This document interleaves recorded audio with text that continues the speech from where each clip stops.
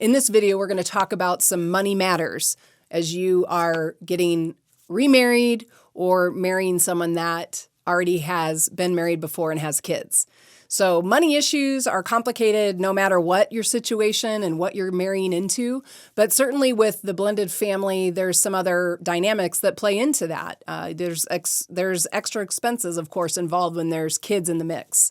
So there's 3 questions that I'm going to ask in this video that are going to be important for you and your spouse to talk about and to answer together. Here's the first question. Do we want to pool our money together or keep them separate? Now, there's lots of different ways to approach this. Certainly, it's best when you're married because the concept of marriage is that 2 people become one. So money is a pretty big piece of the puzzle in any marriage or in family life. So keeping it separate can cause some extra conflict. But for some of you, and depending on your situation and your season of life, there might be reasons why it's easier to keep your money separate. But whatever the case, that's a question you guys need to answer as a husband and wife. You know, what makes the most sense for us? Do we just have a shared account? Do we put it all together? Do we just keep it totally separate and then divide bills? I mean, these are all very practical things that you need to talk about, but you need to be on the same page and agree, what are we doing with our money? Because if one spouse is thinking, well, I want it all in one pool, it just seems easier and that seems safer. And why would you want to keep your money separate? Do you not think our marriage is going to last? You know, instead of creating those kinds of questions that breed doubt or lack of trust, just talk about it plain and simply and make a decision as a couple what you think is going to work best for you. So here's another question. What expenses from our joint household, who's going to pay for what? You know, again, if all your money is pooled together, then great, you're just pulling from one account.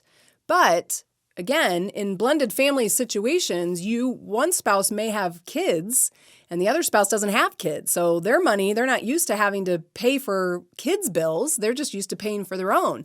So you're going to need to talk about what bills are we responsible for as a married couple? Are there going to be some things because of child support issues or whatever? You know, kids' expenses are going to be separate.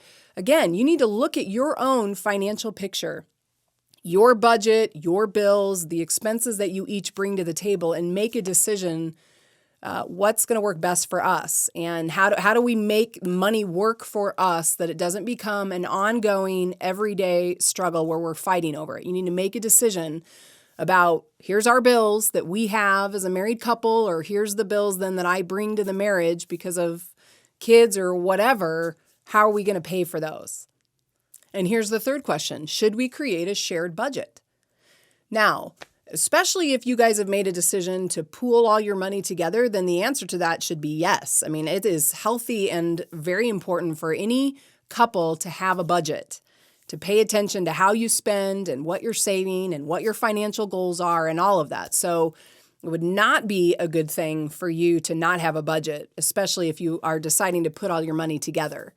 Now, if there are reasons why you're keeping money separate, then that's another conversation. Then for what we pool together for our marriage or for our family unit, you should still find a way to budget it. Because again, what you don't want to do is create unnecessary tension. There's already going to be stresses that are inherent to blending families together. You don't need to add to that. Why are you spending $300 at the spa? Or why did you spend $400 at the golf course, right? You need to make decisions as a couple and say, what do we value? What are our goals? So how do we budget for that? How much are we allowed to spend on those extra fun things that we both enjoy doing? How much do we spend on vacation? How much do we spend on food and eating out and all of that? Those should be conversations you should have as a couple and make decisions on that. If some of your money is separate, then I still encourage you to have a budget for yourself with that money. You know, whether it's expenses for your kids or whatever the situation may be, budgets are good. Budgets are important. We need to spend wisely and we need to have parameters that we don't just throw money everywhere and then wonder where it goes. So this is kind of a hard one, and this is a very personal, unique conversation for every couple that chooses to listen to this particular video. You know, your money is your money and your situation is your situation. The important thing that I'm trying to communicate is talk about it. Answer these 3 questions. Think about what's going to work best for you. Avoid unnecessary conflict about it and be really clear about what your expectations are so that money is something that works for your relationship. It works as part of what makes your relationship strong and your family strong and not something that's just tearing it down and becoming a very divisive issue.